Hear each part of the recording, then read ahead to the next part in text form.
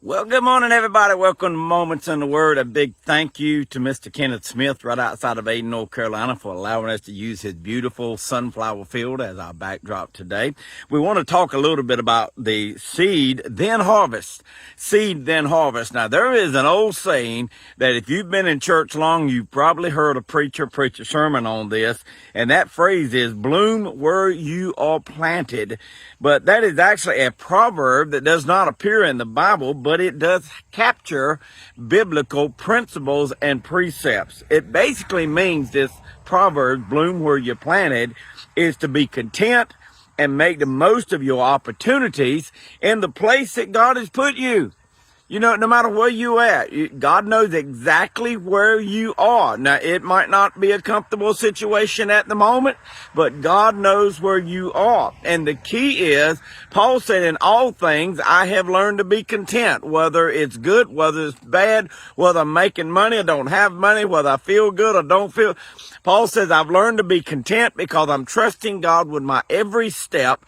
God's going to show me what to do. The Bible says that the steps of a good man, good woman are ordered by the Lord. He said, lean on me, trust in me, all through the Psalms. David's talking about how God is faithful, my friends, but God tells us to basically bloom where we're planted, be content, and make the most of every opportunity. Now, let me give you one of the extremes of this, and we find that in Jeremiah 29, verse 4 through 9, and what the scriptures are telling us is that God tells those that are in exile from Jerusalem, that are in Babylon, they are in exile in Babylon.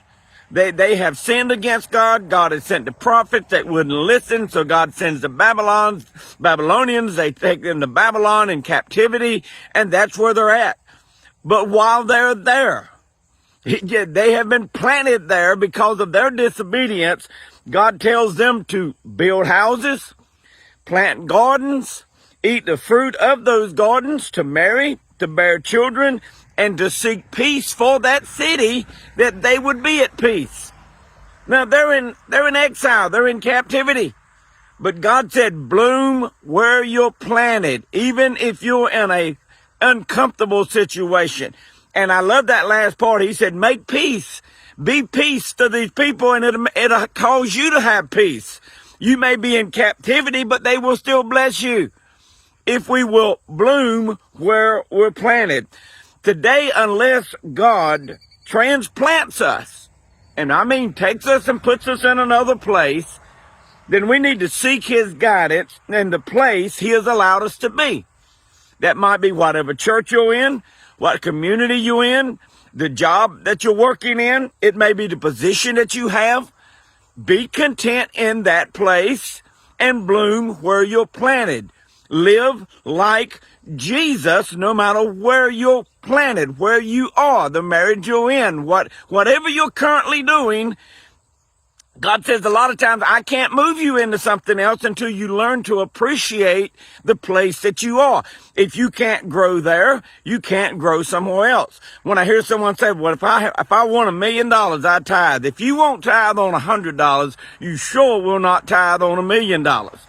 My friends, most of the plants that I know reproduce themselves either by buds or by seeds. Most reproduce themselves by seeds.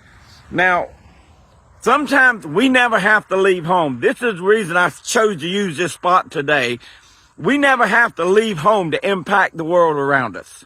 Now, I talked with Mr. Kenneth, and I asked him about these sunflower seeds and where he got them from. He said, well, I'm going to be honest with you, I went back to the garden center at Walmart and I bought them there. And then he set them in rows, and they are absolutely beautiful. As the sun's coming up this morning, they're already pointed toward the sun to soak up the sunshine and produce seeds.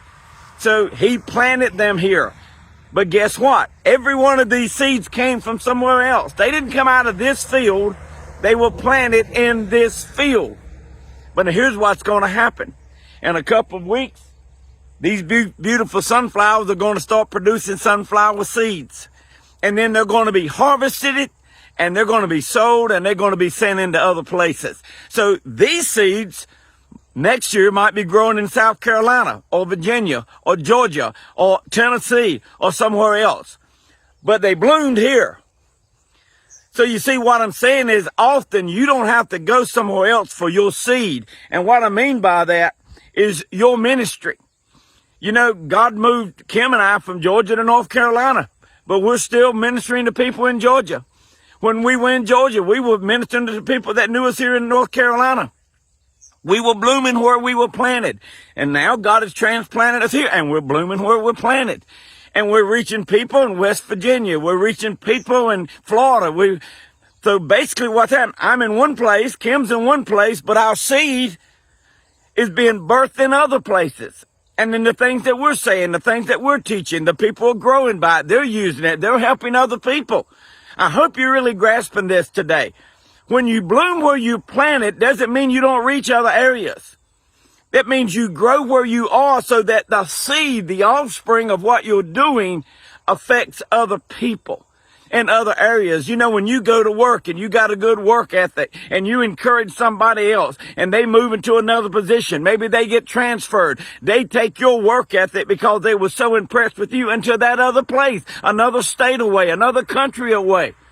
So you see, our ministry, our love, our kindness, our generosity, our faith, the gifts that we have, the talents that we have, the advice that we give, the words that we share, the smile that you give, the patience, and much, much more, all have the potential of sprouting in other places while you're still blooming where you're planted. My friend, that is a powerful revelation today.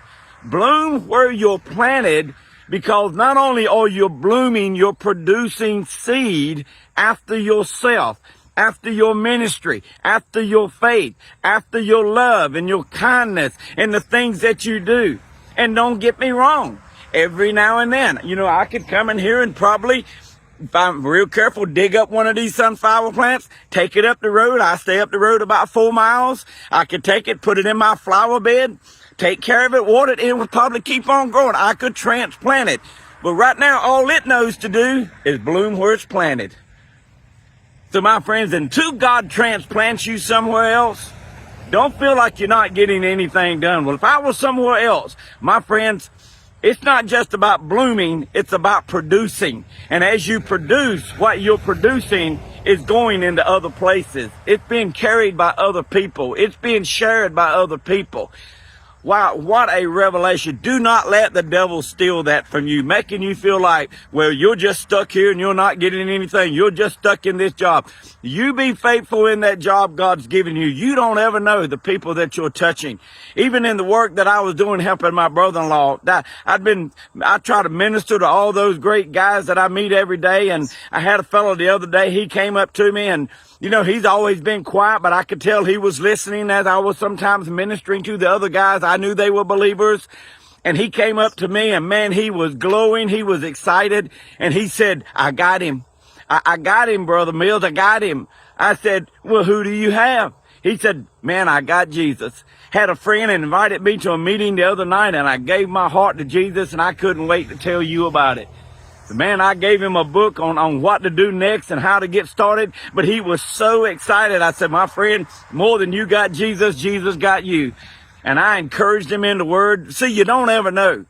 You don't ever know. If God sent me to North Carolina for that one person, it would have been worth it. Kim and I the other day were out with the children and we had gone to a park and there was a precious lady there and we had the opportunity to encourage her. She was so sweet. I could see the love of God on her and we began to minister to her and help her secure her salvation. She said, I want to make sure, and she just prayed let Kim pray with her, and man, to see the joy that was on her. Her name was Miss Nancy Precious. I hope she's watching today because I want her to know I'm still praying for her and she's going to do awesome things with the Lord. She's got a beautiful heart. So we're right here blooming where we're planted. And you know, that young man's going to keep growing, and that's seed from what I'm doing. You know, Miss Nancy, and that's seed, and then she's going to start sharing. That's going to be seed. She's going to start blooming where she's planted. So I pray today, friend, you catch a hold of this message and you realize how powerful it is. Bloom where you planted, because you are having seed that's going to become a harvest in some other place. God bless y'all. Have an awesome day.